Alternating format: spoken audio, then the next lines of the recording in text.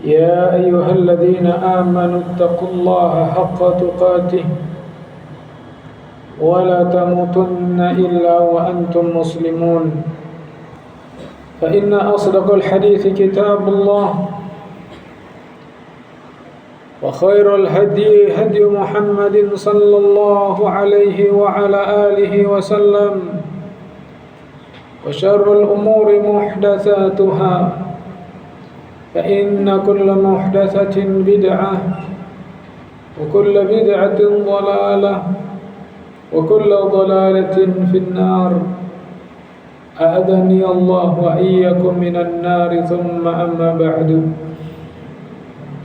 Kaum muslimin sidang Jumat yang semoga senantiasa dirahmati oleh Allah Subhanahu wa taala. Rasulullah sallallahu alaihi wasallam pernah berpesan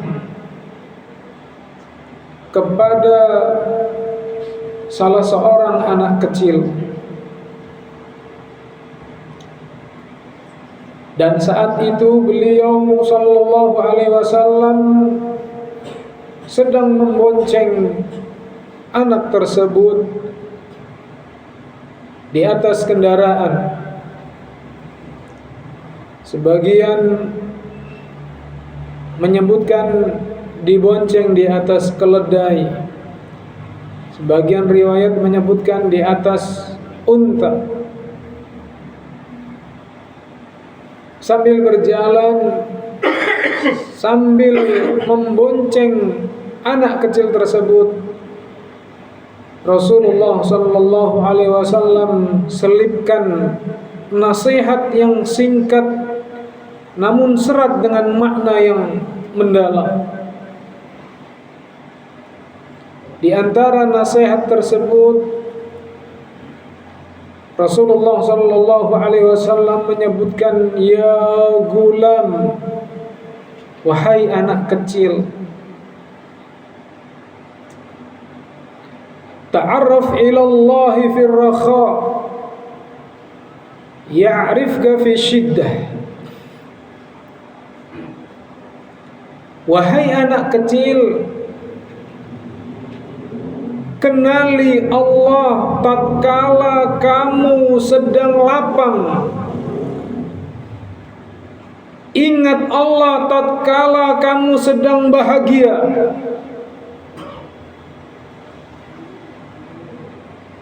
Berzikir kepada Allah tatkala kamu sedang berada di atas.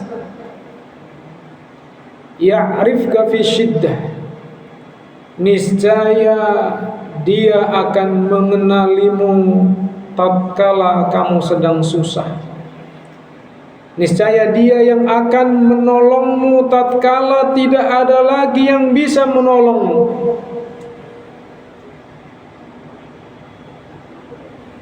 Nasihat yang ringkas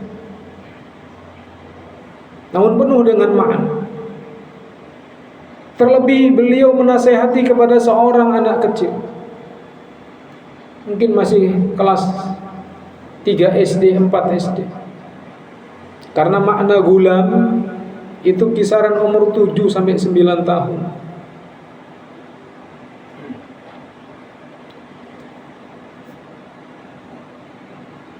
Nasihat ini ditujukan kepada Abdullah bin Abbas, yang mana beliau ini adalah sepupu Rasulullah sallallahu alaihi wasallam,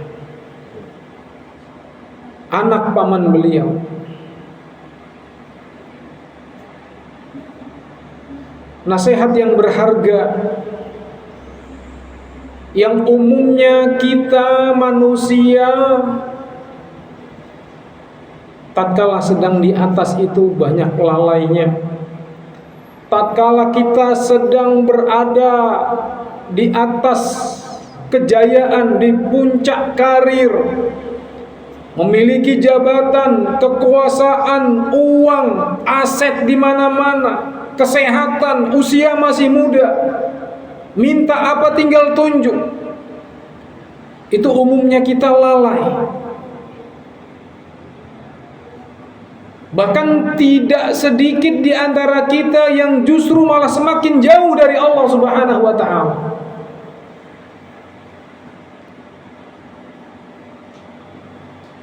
Baru nanti ketika kita jatuh, ketika kita tersandung masalah, ketika karir kita sudah mulai menurun, sudah tidak punya apa-apa lagi, sudah tidak punya taring, sudah tidak punya kekuatan, sudah tidak punya jabatan, baru kita ingat Allah. Itu umumnya kita. Namun nasihat ini justru menekankan kepada Abdullah bin Abbas untuk sebaliknya. Untuk kita selalu mengingat Allah ketika kita masih jaya, ketika kita masih produktif, ketika kita masih aktif di dalam bekerja. Kenapa? Karena kehidupan itu berputar. Tidak selamanya kita harus di atas terus, tidak selamanya kita hidup enak terus. Ada kalanya kita susah. Nah, ketika kita ingat Allah di masa-masa kita bahagia, maka Allah yang akan mengingat kita ketika kita susah, ketika kita sengsara, ketika tidak ada lagi yang bisa menolong kecuali hanya pertolongan Allah. Ketika teman-teman kita dahulu yang loyal kepada kita, saat ini dia meninggalkan kita karena kita sudah tidak punya apa-apa, maka saat itu Allah Subhanahu wa taala datang. Kenapa? Karena di masa sehat, di masa kuat, di masa gagah, di masa muda, di masa puncaknya karir, kita mengingat Allah Subhanahu wa taala. Ada salah seorang ulama yang bernama Ibn Rajab Al-Hambali, di dalam kitabnya Jami'ul Ulum wal Hikam, ketika beliau memberikan syarah penjelasan terhadap hadis ini, hadis nasihat Rasulullah terhadap Abdullah bin Abbas, beliau menukilkan kisah perjalanan Nabi Yunus alaihi salam. Bagaimana Nabi Yunus ketika itu memiliki hajah, keperluan safar. Beliau menaiki kapal laut bersama dengan penumpang-penumpang lainnya. Di tengah-tengah laut, kapal diombang-ambingkan oleh ombak dan badai yang besar, sehingga kapal tersebut hampir tenggelam, nyaris tenggelam karena keberatan muatan. Akhirnya dari pihak kapal menginstruksikan untuk membuang ke laut barang bawaan untuk mengurangi bobot kapal. Dibuanglah barang-barang tersebut. Tas-tas mereka buang, pakaian-pakaian mereka buang ke laut. Tapi kapal itu terus bergoyang, sehingga mereka membuat satu pengumuman, ini daripada kapal ini tenggelam dan kita mati semua di sini, lebih baik kita mengurangi penumpang. Sehingga ditempuhlah jalan undi pada waktu itu. Diundi, siapa nama yang keluar, maka dialah yang akan dilemparkan ke laut untuk menyelamatkan penumpang yang lainnya agar tidak tenggelam. Diundilah dan keluarlah nama Nabi Yunus. Setelah dibuka kertasnya tertulis Yunus. Akan tetapi mereka tidak enak kepada Nabi Yunus alaihi salam. Kenapa? Karena Nabi Yunus ini orang baik. Nabi Yunus ini orang saleh. Nabi Yunus ini orang yang terkenal membantu manusia. Jadi mereka nggak enak. Akhirnya diulang lagi undian. Keluar lagi nama beliau. Mereka pun nggak enak. Gak mungkin kita akan melempar ke laut seorang yang baik seperti beliau. Akhirnya diundi lagi yang ketiga, tetap nama beliau yang keluar. Akhirnya mau tidak mau, Nabi Yunus pun dilempar ke tengah-tengah lautan, di tengah-tengah samudra. Pada saat itu di malam hari. Dan Allah takdirkan beliau dimakan ikan paus. Dimakan ikan paus dan dibawa ke dasaran lautan.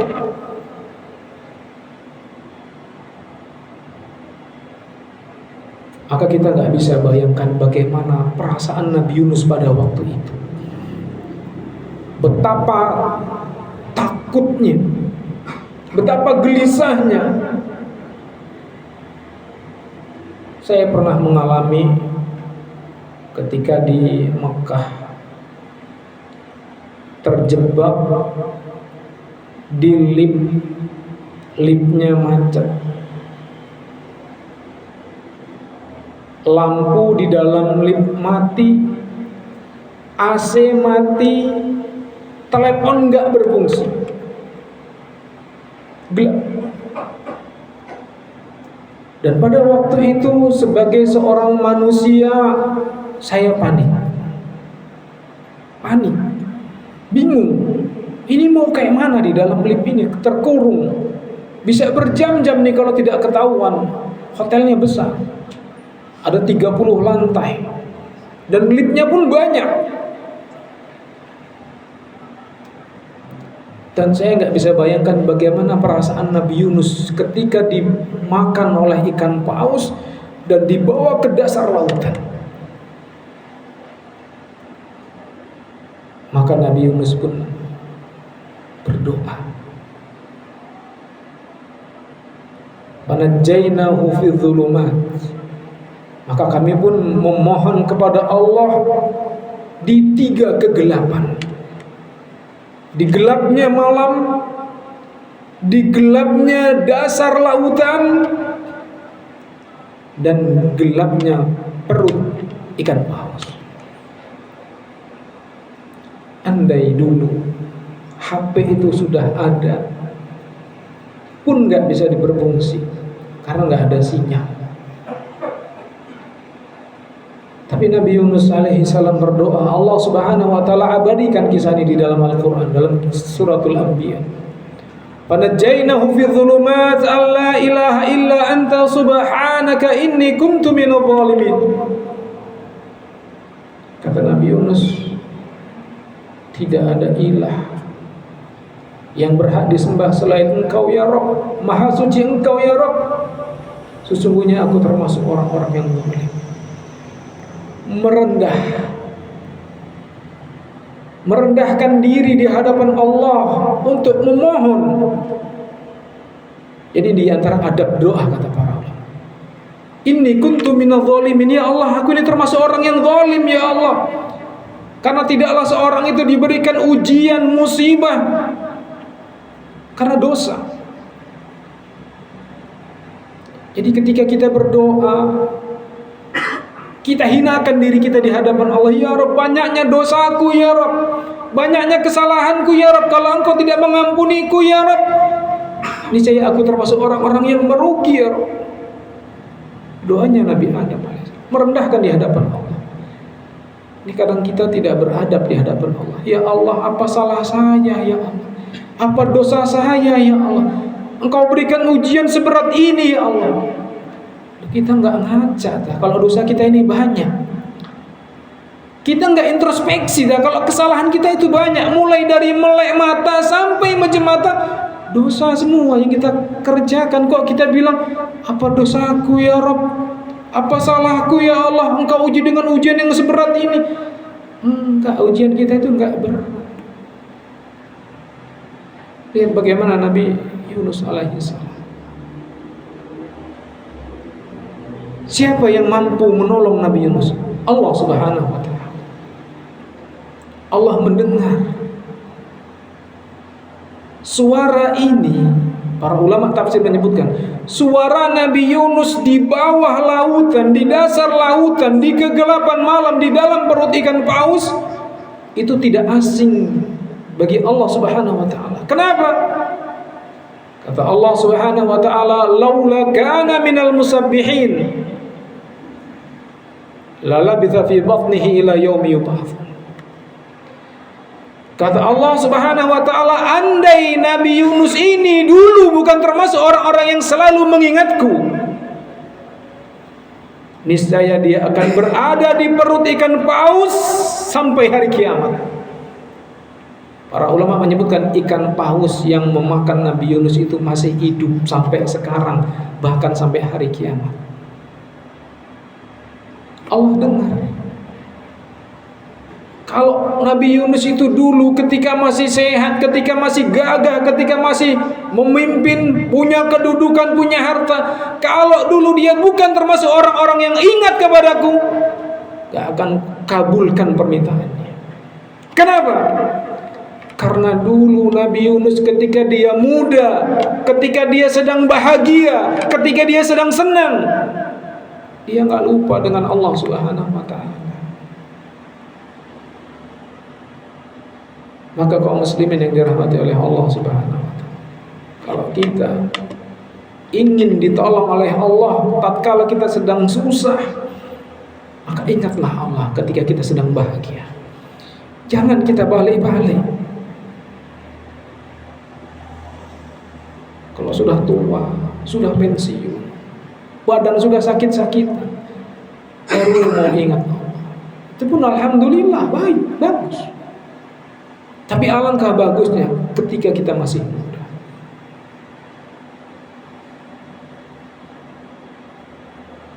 Maka kaum muslimin yang dirahmati oleh Allah Subhanahu wa taala, semoga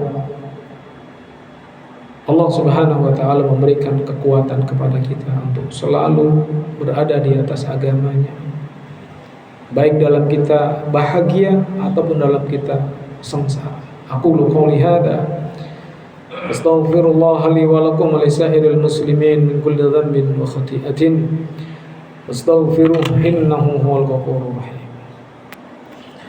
Alhamdulillahi rabbil alamin wal 'aqibatu lil muttaqin wa la 'udwana illa 'alal zalimin.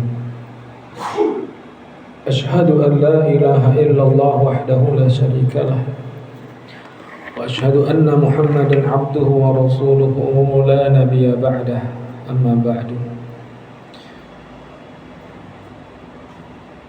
Kemudian beliau sallallahu alaihi wasallam melanjutkan nasihatnya. Kata beliau, ihfadillah yahfadka. Jagalah Allah, niscaya dia akan menjaga.